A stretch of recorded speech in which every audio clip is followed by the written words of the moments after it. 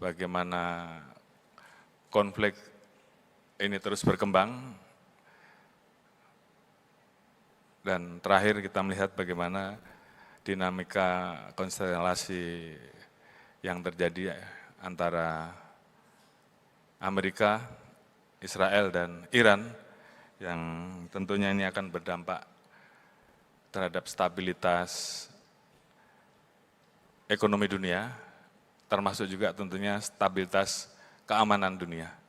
Dan ini tentunya menjadi masalah yang tentunya kita juga harus waspada.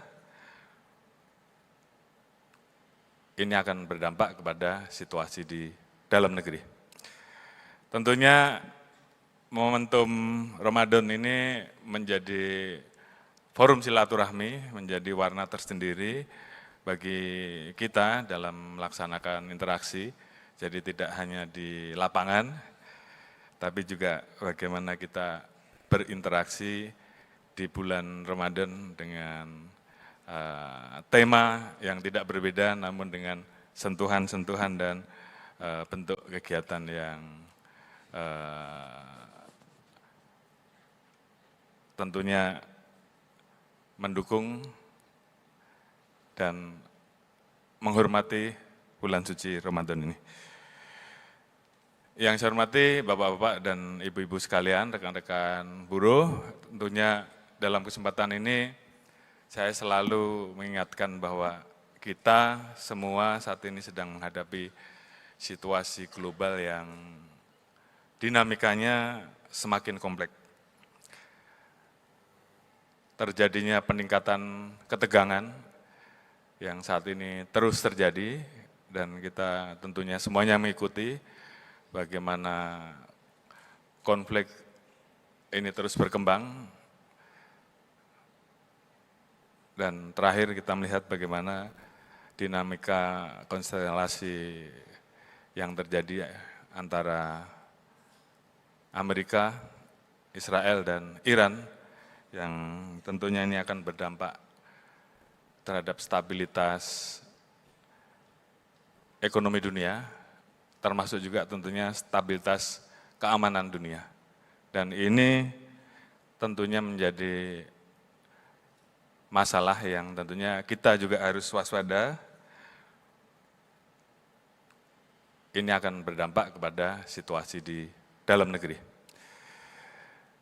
Tentunya dalam situasi seperti ini, kita semuanya harus siap-siap dan harus kemudian melakukan berbagai macam upaya untuk menghadapi situasi global yang tentunya membawa konsekuensi bagi kita semua. Oleh karena itu, tentunya tekanan di bidang ekonomi,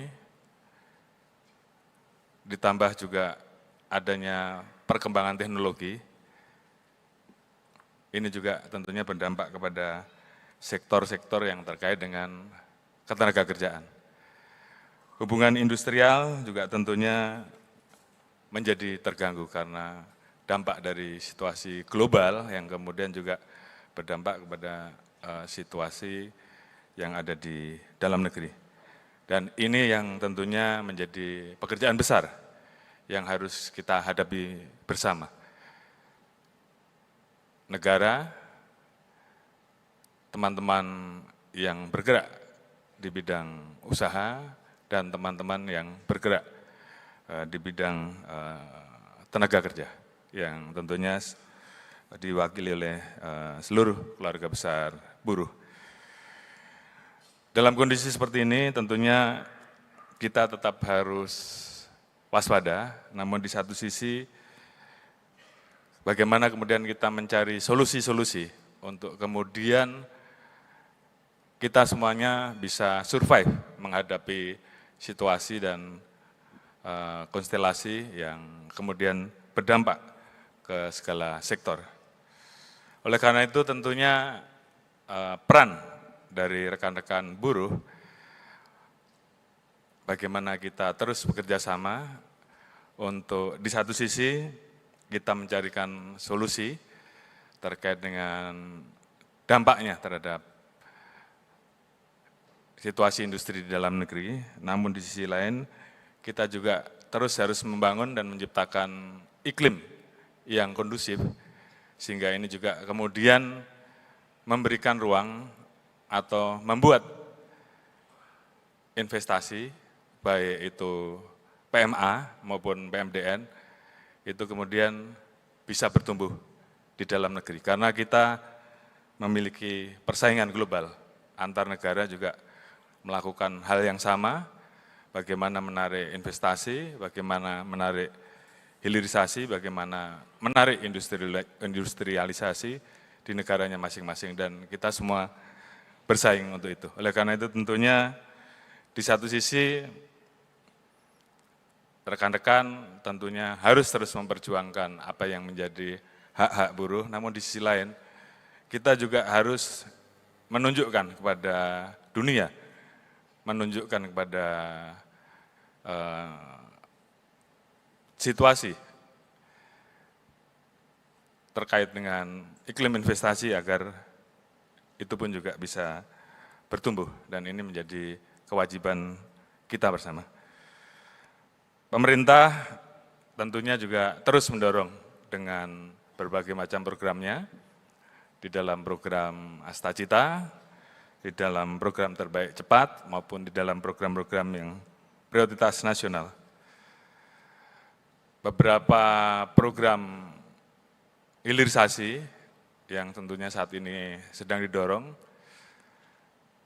mudah-mudahan ini lancar. 18 rencana program hilirisasi nasional saat ini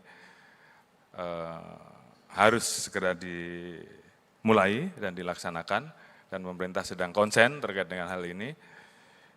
Kemudian juga ada program-program lain seperti Project Waste to Energy, ada 34 provinsi yang nanti akan melaksanakan hal tersebut, dan juga program-program hilirisasi yang lain yang saat ini terus didorong, dan ini diharapkan tentunya juga membuka ruang dan lapangan pekerjaan bagi rekan-rekan buruh, sehingga di satu sisi ini adalah penciptaan ruang dan lapangan pekerja baru, namun di sisi lain juga ini adalah ruang manakala kemudian ada yang terdampak dengan perkembangan situasi global yang kemudian terjadi pengurangan tenaga kerja, dirumahkan dan sebagainya, dan kemudian ini menjadi bagian-bagian yang kemudian bisa dijadikan solusi. Indonesia juga tentunya terus melakukan upaya-upaya berperan aktif dalam upaya perdamaian dunia. Salah satunya beberapa waktu yang lalu Bapak Presiden juga ikut dalam BOP, Board of Peace, dan juga melakukan berbagai macam diplomasi, ekonomi dengan beberapa negara, termasuk juga dengan Amerika. Di satu sisi, beliau juga melakukan diplomasi ekonomi dengan negara-negara besar yang lain. Ini tentunya semua dimaksud agar perekonomian Indonesia tetap terus bisa terjaga.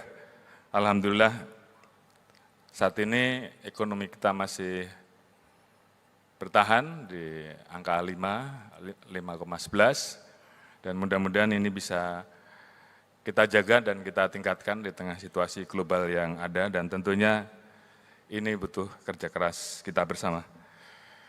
Beberapa program yang tentunya dilaksanakan oleh pemerintah untuk membantu rekan-rekan yang bersentuhan langsung dengan kehidupan pekerja terkait dengan penyusuan upah minimum, jaminan kehilangan pekerjaan, jaminan kecelakaan kerja, subsidi upah, dan pembaruan regulasi pengupahan. Dan beberapa waktu yang lalu teman-teman buruh juga menyuarakan untuk bagaimana segera mendorong undang-undang PRT, termasuk juga undang-undang ketenagakerjaan yang baru kalau tidak salah.